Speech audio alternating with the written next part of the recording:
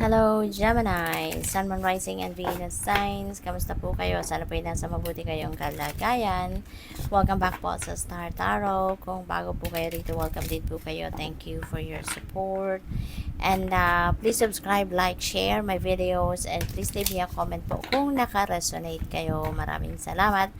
So, yung paunang mensahe po ninyo is for general life, and it is 8 of Cups. Ayan. So, 8 of Cups is a departure energy, no? Kaya ibig sabihin nito na meron kayong iiwanan, aalis kayo, you're heading towards a new path, you're heading towards a different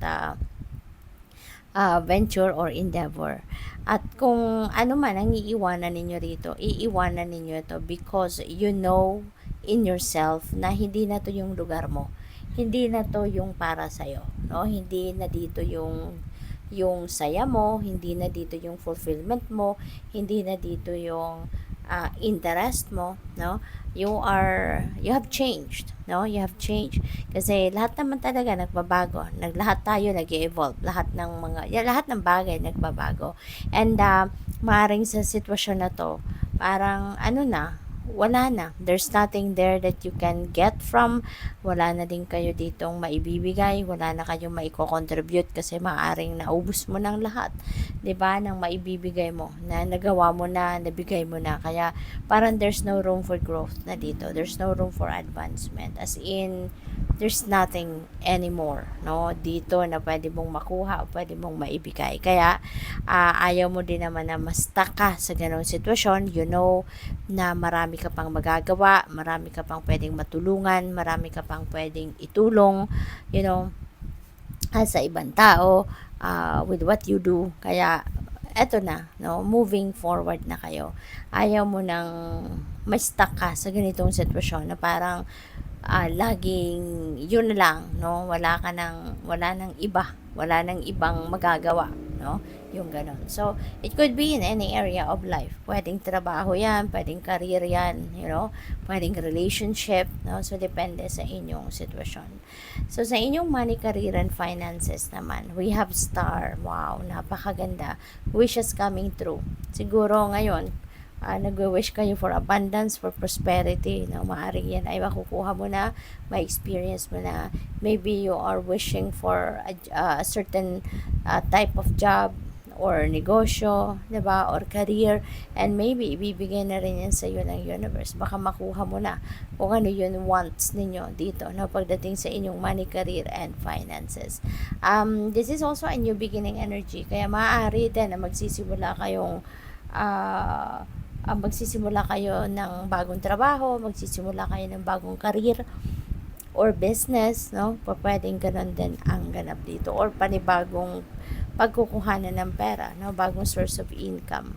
We have Hanged Man, and this is for relationships.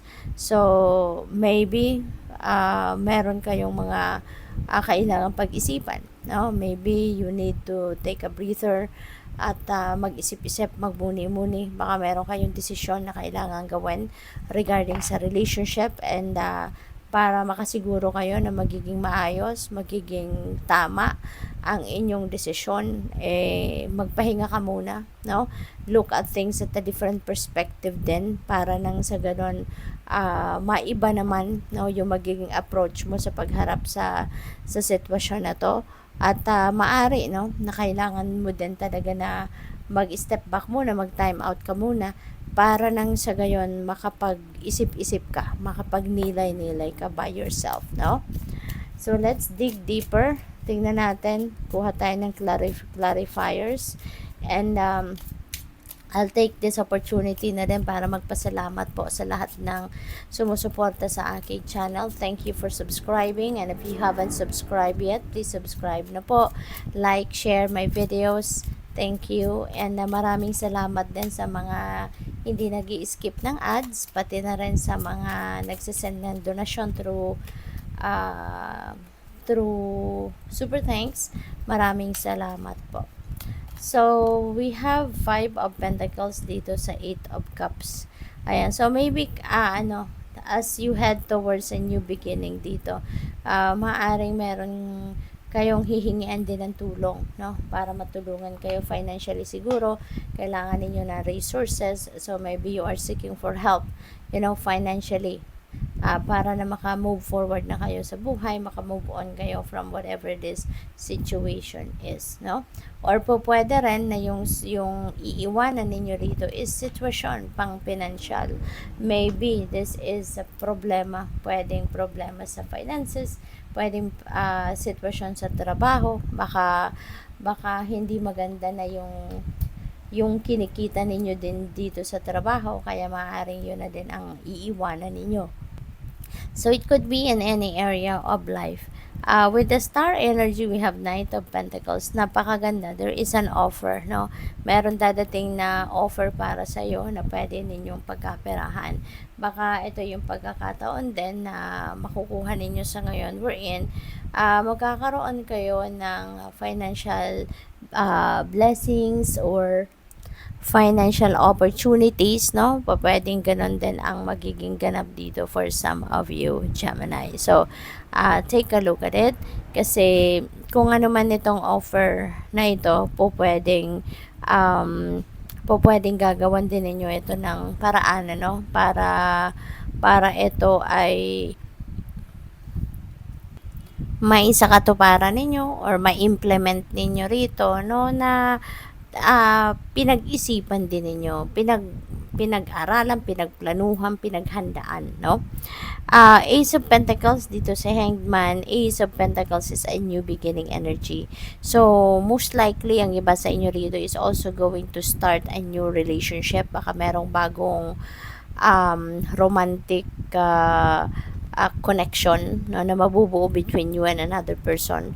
Ang maganda rito kasi baka, no, yung person na ito, yung person na dadating sa buhay ninyo, wherein na maaari maging jowa ninyo, could be someone na baka stable na din siya financially, baka meron din itong baon, no, na pwedeng maitulong sa inyo financially, pwedeng ganun. Baka isang negosyante, di ba? Pwedeng ganun. Or someone na established na sa kanyang trabaho. So, possible din na ganun. At pipick up ko rin dito na baka meron din siyang proposal sa inyo, no, na kunyari, magnegosyo kayo together, magsosyo kayo sa isang negosyo. So, pwedeng merong ganong offer din ito para sa inyo. So, tingnan natin kung ano ang iyong final message, Gemini.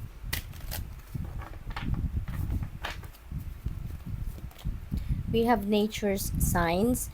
Be receptive to the subtle messages from nature as you go about your day. Nature talks to us continually. We need only open our hearts and minds. Okay? So, maaari kasi na matagal din na kayong hindi nakakapag spend time outdoors, kaya ngayon eto maaaring imbitasyon ito sa inyo para kayo ay kunyari mag nature trip kayo or mag-spend time outdoors kayo in nature at pansinin din ninyo, no, yung mga subtleties na nandiyan dyan. Maaari may mga guidance din na pinapadala sa inyo ang universe, may guidance na gustong malaman ninyo, no, ng universe, at yan ay dinadaan through nature spirits, kaya mag-tune in din kayo. Thank you for watching. Love and light. Namaste.